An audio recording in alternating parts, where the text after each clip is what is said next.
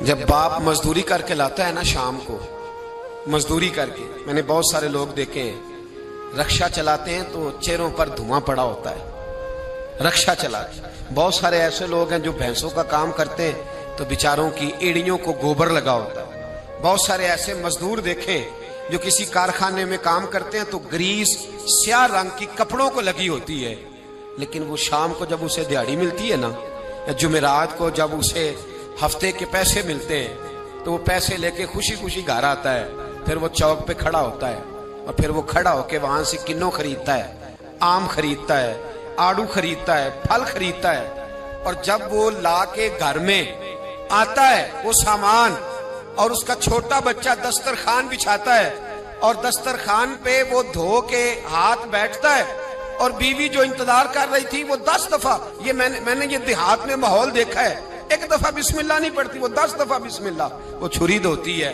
بسم اللہ الرحمن الرحیم، وہ 10 دفعہ بسم اللہ پڑھتی ہے، پھر وہ جب سجایا جاتا ہے اور بیٹے اور بیٹیاں ان کو اٹھا کے منہ میں رکھتے ہیں، باپ کے دل کو جب ٹھنڈک پہنچتی ہے تو مجھے یوں لگتا ہے آسمان کے فرشتے بھی دروازے کھول کھول کے دیکھتے ہیں کہ یہاں دولت آئی ہے، یہاں کوئی کما کے لایا ہے، یہاں بیٹیاں کھا رہی، یہاں جدوجہد ہو رہی، اور اگر تو حرام کمائی لائے، اگر تو کسی کا کلیجہ کاٹ کے لے کے آئے، تو ہزاروں روپے کا بھی مال لے کے آئے گھر میں رکھتا ہے، بڑا بیٹا کہتا ہے میں نہیں یہ کھاتا، چھوٹے والا کہتا ہے میرے نہیں یہ پسند، اس سے چھوٹے والا کہتا ہے لے جاؤ یہ تو پرانا ہو گیا ہے۔ وہ جو محنت سے تھوڑا سا آیا کرتا تھا، تھوڑا سا، اس میں جو برکت ہوتی تھی، اس کے اندر جو کیف ہوتا تھا، جو جدوجہد کا پیسہ تھا، میں یہ حدیث پڑھتا ہوں تو جھوم جاتا ہوں۔ کچھ لوگوں نے اور صحابی کا نام لکھا ہے، کچھ نے لکھا حضرت جابر ابن عبداللہ تھے، پھاوڑا چلاتے تھے، پھاوڑا پنجابی میں نہ کہہ دوں، کئی باندھے ہوندے سن۔ ہم لوگ سمجھتے ہیں نا یہ مزدور ایسے ہی ہے، نکما ہی ہوتا ہے، مزدور کو کون پوچھتا ہے؟ پھاوڑا چلاتے تھے، کدال سے محنت کرتے تھے، نبی پاک سے ملنے آئے۔ اللہ کرے آج بھی پیرانے عظام غریبوں سے پیار کرنے لگ جائیں، اللہ کرے مشائخ علماء تھوڑا سا انہیں بھی ٹائم دینے لگ جائیں۔ کہتے ہیں میں حضور سے ملنے آیا، آگے بڑھا، اور چونکہ میرے کپڑے بھی ذرا میلے تھے اور چونکہ میں مزدوری کر کے آیا تھا تو پسینہ بھی تھا، تو میری خواہش تھی کہ ذرا سارے مل لیں، میں ذرا بعد میں آگے ہوتا ہوں۔ کہتے ہیں میں اینڈ پہ گیا، صاحب اسد الغابہ نے لکھا ہے، کہتے ہیں آگے بڑھ کے میں نے حضور سے سلام لی، باقیوں کو تو سلام ہوا تھا، میرے نصیب دیکھو جب حضور کے ہاتھوں میں میرا ہاتھ گیا تو مصطفیٰ نے ہاتھ ہی تھام لیا۔ اور یار سنو تو صحیح، جس کا ہاتھ نبی پاک تھام لے، جس کا ہاتھ نبی پاک تھام لے۔ اعلیٰ حضرت فاضل بریلوی کے چھوٹے صاحبزادے مفتی اعظم ہند مولانا مصطفیٰ رضا بیمار تھے، ان کے پیر خانے کے ایک سید زادے تیمارداری کرنے آئے، تو گھر والوں نے کہا شاہ جی حضرت کھانا نہیں کھا رہے 2-3 دن سے، آپ سید ہیں آپ کہیں گے تو کھا لیں گے، کہا شوربے میں روٹی بھگو کے لاؤ، کہتے ہیں روٹی بھگو کے لائی۔ 91 سال کے مفتی اعظم جب روٹی دینے کے لیے شاہ جی آگے بڑھے، کہا حضور اٹھیے نا کھانا کھائیے، تو کہتے ہیں میں نے ان کی کمر پہ ہاتھ رکھا اٹھانے کے لیے۔ 91 سال کے بابا جی، بڑھاپا، کمزوری، ذوق، سارا کچھ، لیکن جب میں نے پیچھے ہاتھ رکھا نا اٹھانے کے لیے کھائیے، کہتے ہیں میرا ہاتھ تھام کے کہنے لگے شاہ جی ایک وعدہ کرو پہلے۔ میں نے کہا کون سا؟ کہنے لگے یہاں سہارا دیا ہے تو وہاں بھی دو گے کہ نہیں دو گے؟ یہ وعدہ کرو، یہاں سہارا دیا ہے تو وہاں بھی دو گے؟ کہتے ہیں میں رو پڑا، میں نے کہا دوں گا، تو کہنے لگے چلو پھر کھا لیتے ہیں کھانا۔ او بھائی جس کا ہاتھ نبی پاک تھام لے، جابر ابن عبداللہ کہتے ہیں سلام لے کے رخصت ہو گئے سارے، اور میرا ہاتھ حضور نے تھام لیا۔ اور یار بندے نے نہیں، عام آدمی نے نہیں، M N A M P A نے نہیں، صوفی پیر درویش مولوی مفتی غوث محدث نے نہیں، اس درد کو سمجھ تو صحیح۔ کہتے ہیں میرا ہاتھ اس نے تھاما جس کے قدموں کو بوسے دینے کے لیے جبریل امین ترسا کرتے ہیں، حضرت جبریل جس کے پیروں کو بوسا دینے کو ترسے، حضور نے ہاتھ تھام لیا، پکڑ لیا اور کھول کے فرمایا یہ کیا ہے، یہ کیا ہے؟ سونے یہاں چھالے پڑ گئے، حضور محنت کرتا ہوں، حضور قبیلدار ہوں، چھوٹے بچے مزدوری کرتا ہوں، چھالے پڑ گئے۔ کچھ امیر صحابہ کھڑے تھے، کہتے ہیں ہم نے رخ بدل لیا، محبوب کی طرف دیکھنے لگے، ہم نے عجیب نظارہ دیکھا کہ اس کا ہاتھ حضور نے تھاما ہے، اور پھر ہم نے دیکھا کہ محبوب کی گردن جھکی،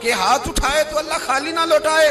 فرمانے لگے کچھ بھی نہیں کرتا, 30 سال ہو گئے مجھے دیکھتے ہوئے, میرے سامنے دکان کرتا ہے, سودا پورا تولتا ہے, کسی غریب کو دھوکہ نہیں دیتا, یہ اپنی جائز منافع لیتا ہے, یہ اپنی خودداری کو بیچتا نہیں.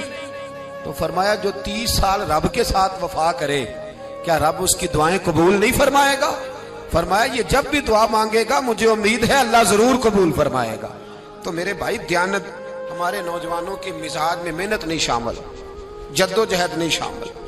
جس کو 10 ایکڑ یا 20 ایکڑ زمین ملی ہے اس نے کسی کو ٹھیکے پہ دی ہے, وہ خود نہیں حال چلانا چاہتا, ورنہ پھر اسے چودھری کوئی نہیں مانے گا.